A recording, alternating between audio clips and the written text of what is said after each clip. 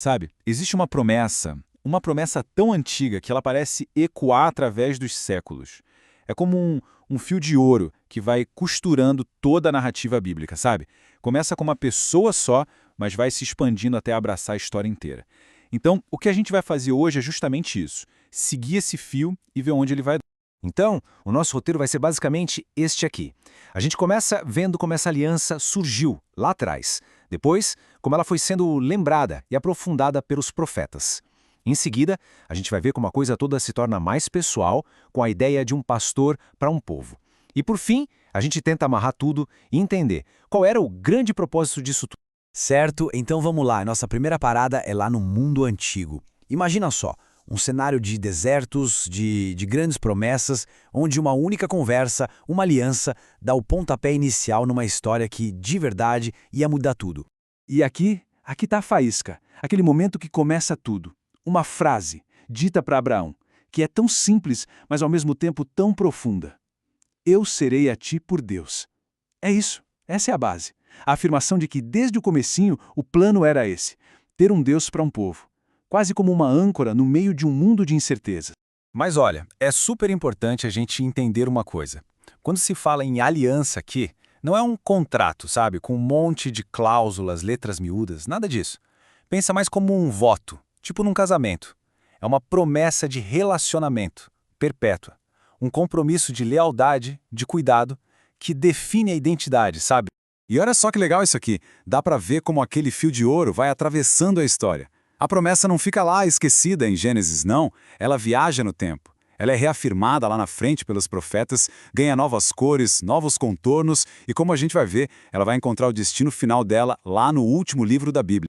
Ok, agora a gente dá um salto de séculos no tempo. Pensa bem, essa promessa podia ter se perdido, né? Desaparecido. Mas não. Ela ressurge, e com uma força total na voz dos profetas. Eles eram tipo os guardiões dessa memória, sabe? Trazendo ela de volta para o coração de um povo que precisava muito ouvir aquilo de novo. E olha só isso, a mesmíssima promessa, praticamente palavra por palavra, ecoando agora na boca de Jeremias. A aliança está sendo reafirmada, com todas as letras. Ela não foi esquecida. Só que tem um detalhe aqui, a coisa se aprofunda. Ela se torna mais interna, mais pessoal. É aqui que a promessa vira algo íntimo.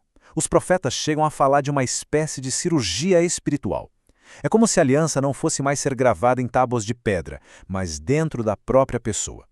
É a promessa de trocar um coração de pedra, sabe, aquele coração duro, fechado, por um coração de carne, um coração vivo, que pulsa, com a lei de Deus escrita ali nas suas fibras.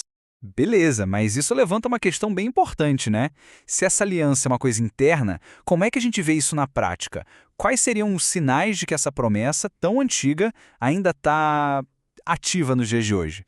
Bem, de acordo com os textos, as evidências não são coisas que a gente pode construir, tipo monumentos. São transformações por dentro. A primeira seria um respeito profundo que nasce lá no coração, não só na cabeça. Depois, uma certeza, uma fé mesmo em algo que não dá para ver. E, talvez o mais forte de tudo, aquele sentimento de pertencer a algo maior, a um único povo. Então, o que acontece agora é que aquela aliança, que era uma coisa bem ampla, coletiva, começa a se afunilar. A promessa começa a ganhar um rosto, sabe? Ela se personifica numa figura muito central, muito poderosa, a de um pastor.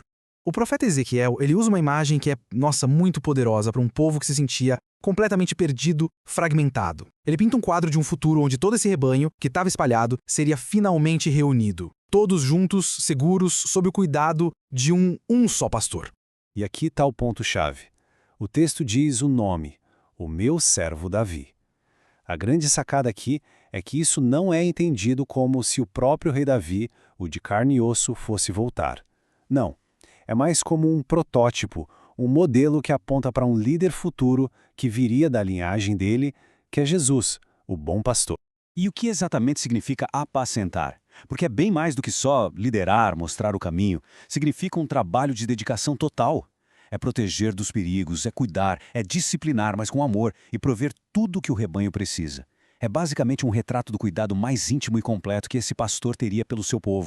E agora, finalmente, a gente chega no propósito de tudo isso. Aonde é que esse fio de ouro estava levando a gente esse tempo todo? Chegou a hora de conectar todos os pontos. Aquela jornada que começou lá no primeiro livro da Bíblia, ela encontra o seu destino final no último. Pensa nisso. A aliança é como um grande arco que sustenta a história inteira, conectando o jardim, lá do início, com a cidade celestial, lá do fim. E aqui, no clímax de tudo, a promessa reaparece. Só que com uma transformação radical. A linguagem muda completamente. Não é mais eles serão o meu povo, falando de um grupo. Agora é ele será meu filho. A aliança se torna, extremamente pessoal, uma relação de família, de pai para filho. Esse, no fim das contas, é o ponto central de toda essa jornada. Todo esse grande plano da história, essa teia de promessas e profecias, tudo se resume a isso, um convite. O objetivo final nunca foi só formar uma nação, um grupo, era ter um relacionamento íntimo, pessoal. Não com uma multidão sem rosto, mas com cada um, como um filho amado. E isso deixa a gente com uma pergunta para refletir, né? Se essa única promessa foi o grande motor por trás de milênios de história, qual será o peso, a importância e o propósito que ela pode ter na história de uma única vida?